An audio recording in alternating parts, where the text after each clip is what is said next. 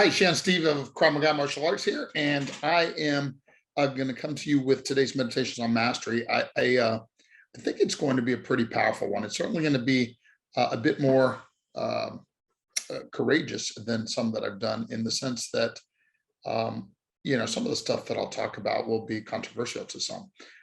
But as that's kind of the nature of what I'm going to talk about, that will be appropriate. And it's also interesting because my plan was actually to do a podcast today on gratitude. After all, gratitude is the fifth of our Black Belt Foundational Superpowers, and tomorrow is Thanksgiving Day at the time that I'm recording this podcast. But I am grateful to say that I had a beautiful ride in on my Harley on some back roads today, and my meditation took a slightly different route.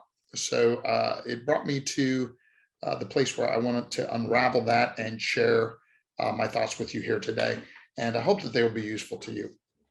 And it starts with focus, the first of the Black Belt Superpowers. Of course, we talk about that one a lot, but focus in a specific way this morning. And it's just a not so random thought based on the fact that a buddy of mine texted me this morning. He's a student who's actually been active for a while inactive for a while with all kinds of medical conditions, but he's also a friend. Like honestly, he's been around the dojo, he and his daughter, for I don't know how long, well over a decade, maybe 15 years or so, I don't know. Like I said, he my friend actually happens to be a very high up in the fire department. He's a great man, is really the point of the story, and we're really good friends. Okay, so that was just the background to say that it was an interesting text I got from him this morning, and because what he said was, "How come you never answer your phone?" And it was interesting because that text could have elicited a defensive posture on my part, for one thing. For another thing, I can see where some people, and by the way, I answered my friend in the way I'm about to tell you, and everything was great between us. He totally gets it. But part of the thing that could scare some people is that some people may actually be offended that you didn't answer the phone in today's world. And this is where this all comes, though, to the first superpower, focus. Because here's the truth.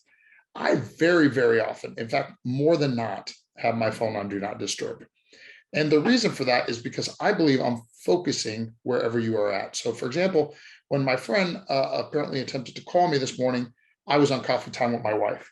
And when I'm on coffee time with my wife, nothing else distracts me from coffee time with my wife. Because while some people may think it's in some way pompous or discourteous for me to have the phone on Do Not Disturb and not look at it nor answer it, I consider it respectful to my wife, the second Black Belt Superpower, and I consider it focused, because focus is the ability to block out distractions and concentrate on what's important. And maybe this is controversial point number one, but to me, what's important is what you're doing at that time. So one of the things I try to share with my students, and that I'm sharing with you now, is that wherever you are, that's where you're at. Wherever you are, be there.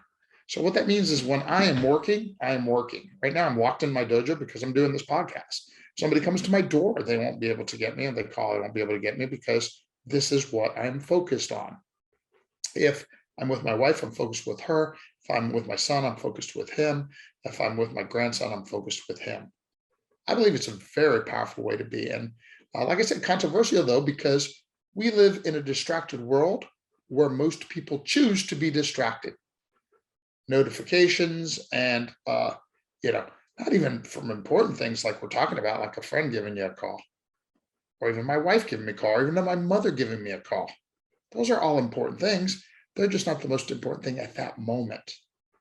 But I know it's scary to make a move like that because for fear of offending or hurting or bothering somebody. But my choice is to do it anyway. I think that the benefits that I gain from this type of focus far outweigh the disadvantages. So the second thing that I want to talk to you about today is another kind of similar area. And it is an area, actually, I'm going to go to the self-defense one next. And I should have done this before I came on here, but I'm going to see, I am going to pick up my phone and be distracted for a second because I want to quote something that I read from another friend a few days ago. Let's see here, Bodhi. Yeah, yeah, there he is. So this is my friend Bodhi Sanders. He's an author and martial artist like myself, and he posts a lot of good stuff. And let's see if I can find this one easily because this will be quite controversial again. Um, let's see here. Lots of good stuff I'm scrolling through.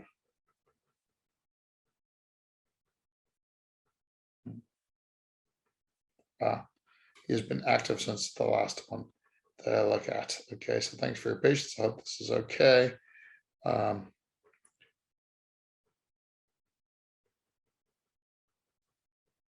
well, you know what? I cannot find it right now, so I am just going to tell you. Um, and that is that basically it was a talk about the fact that good men have to be uh, able to defend ourselves. Like what I'm saying is that basically he had a great quote and a great thing about it, but it was about the side of being a warrior that understands that bad people, evil, violence can never be dealt with pacificity. It has to be dealt uh, with you know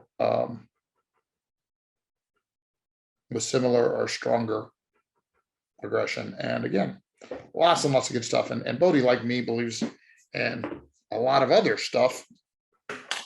For example, his post today was about the fact that that to train up somebody uh, with tools of violence, with martial arts skills, and without training the character at the same time is actually irresponsible. Because of course now you're just training somebody to be a thug. But the controversial one that he did the other day was kind of the opposite. It was that you're not a peaceful man um, if you choose to not engage in violence because of the fact that that you can't, that you're not equipped for that. You're a harmless man then, and that's the part, of course, that is very, very controversial. Because we live in an age where what is it about masculinity, toxic masculinity, and don't get me wrong, I have known some males myself that I would qualify in that way. But the idea that by being strong and aggressive makes you toxic, for having the ability to fight and to defend and to confront violence with violence makes you toxic, that is not just a wrong idea, but that is a dangerous idea. And that's the thing that I want to say here today. It really, really ties to a principle that I learned years ago when I was a philosophy major in college, and it was by Plato, and he taught.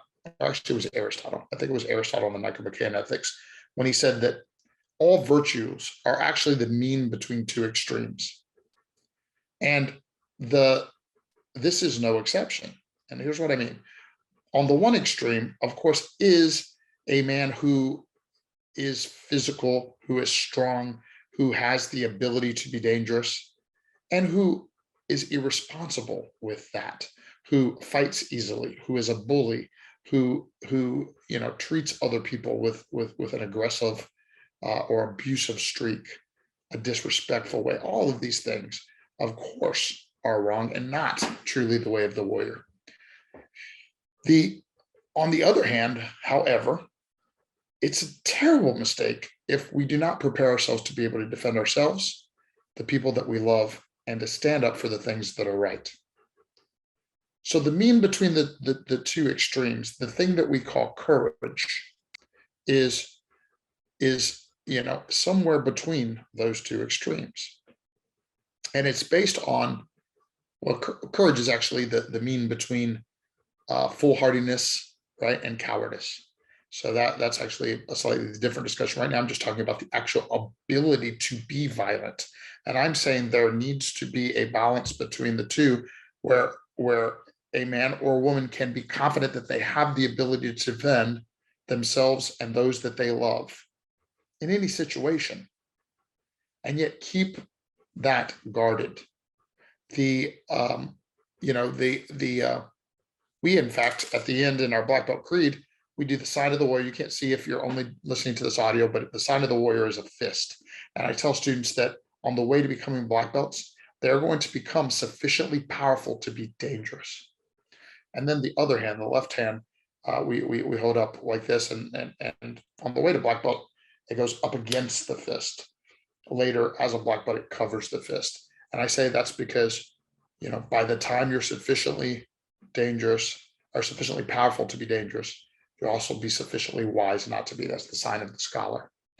And the idea, of course, being that we need to develop both sides of that, and we need to know how to wield that power, that competence, and that confidence in the right way, in a way that is almost always calm and peaceful and happy and benevolent, but also in a way that is confident that we can aggressively and confidently apply our skills should the need arise. So there's another balance.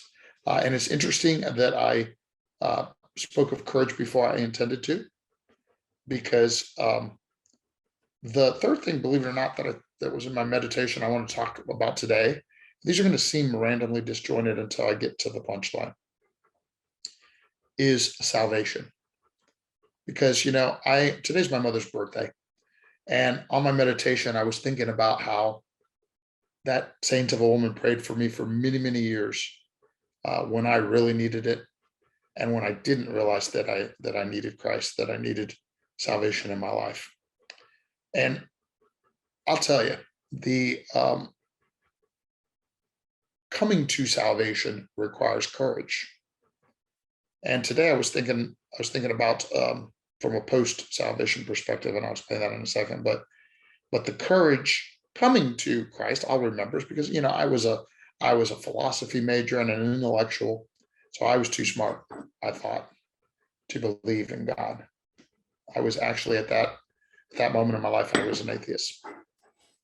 So that's one of the ways in which Christianity requires courage, because as Soren Kierkegaard said, certainly a belief in God is a fundamental leap of faith.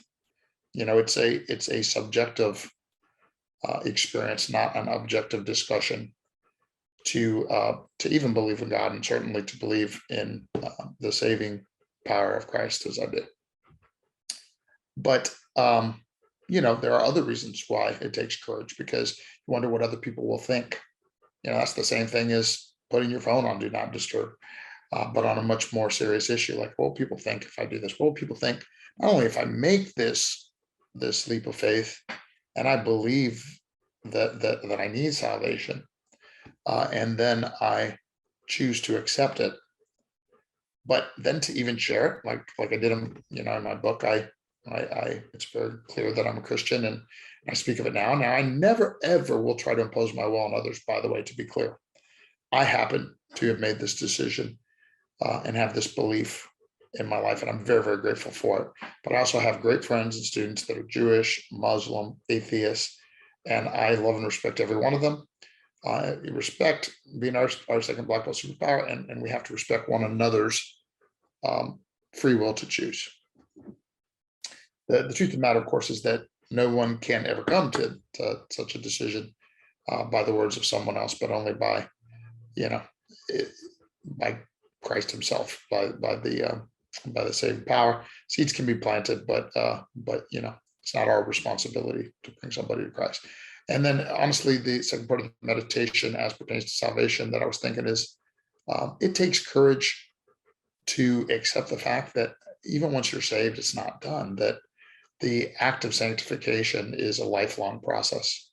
And by the way, if you're listening to this and you're not a believer, what I said is still true, right? Like, I taught my class the other day, because while I am a very strong Christian, I'm not preaching from the floor, but I am teaching. And I did say the other day, I said, everybody is working on something. And, this was because we were talking about how far a particular young man had come in a particular area. But then I said, everybody's working on something, no matter where we are, what season of life, there's something that we are working on making better, on being better, on becoming better. And I said, except for the one that isn't. And obviously that individual has the biggest problem of all. And that's true, right? Like if anyone who thinks that they have reached a level of perfection, that they don't have a problem they need to be working on, has, of course, the biggest problem of all. Hope that nobody listening or watching has that problem, or if they do, I hope that this was helpful, because you got something you need to work on, bro. We all do, you know, improving ourselves, and trying to live up to the grace that we were shown, if you are a Christian. But even just, trying to live up to the best version of yourself that you can be, even if you are not, is a never-ending, lifelong process. And then kind of what my meditation about this was, that while these are three so apparently disjointed things, right? Like talking about focus, and specifically the kind of focus that makes the decision to give all of your attention to whoever you're with, whatever you're doing, wherever you're at. I believe it requires courage, because it's a decision to be there at the expense of something else. It's a decision that people won't be able to reach me on my phone every time they want to. And then we talk about that self-defense one, and I think it's the same kind of thing in more ways than one. First and foremost, it's a conscious decision that requires a lot of hard work to actually become somebody that can defend yourself and others. And second, honestly, in the climate today, it takes courage to stand up and say that's a good thing. It is a good thing for a man, and I don't mean to just say a man, because quite frankly, I have a lot of tenacious, confident, competent, and bad to the bone black belt females. So I'm talking about a man or a woman, but I'm talking about a leader. I'm talking about somebody who is willing to say, hey, yes, not only can I defend myself, but I will defend others.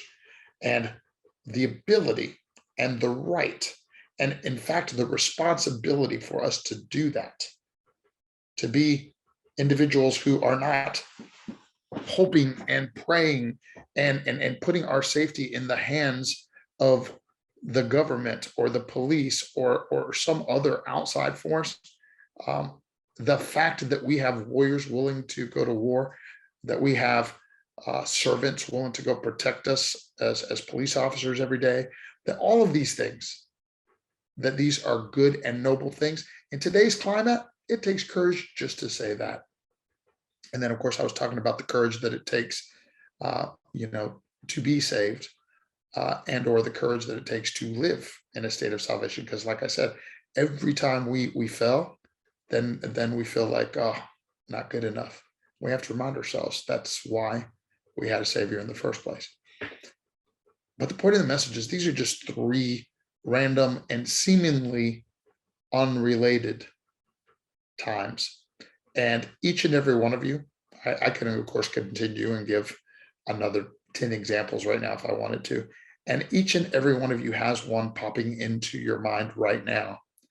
And it made me realize that I actually missed one of the superpowers when I wrote my book, Meditations on Mastery Developing Your Superpowers, because in those first 6 chapters, I chose 6 of the attributes that one develops on the way to becoming a black belt that I think prepares them for success in life, in work, in life, in relationships, in school, in everything.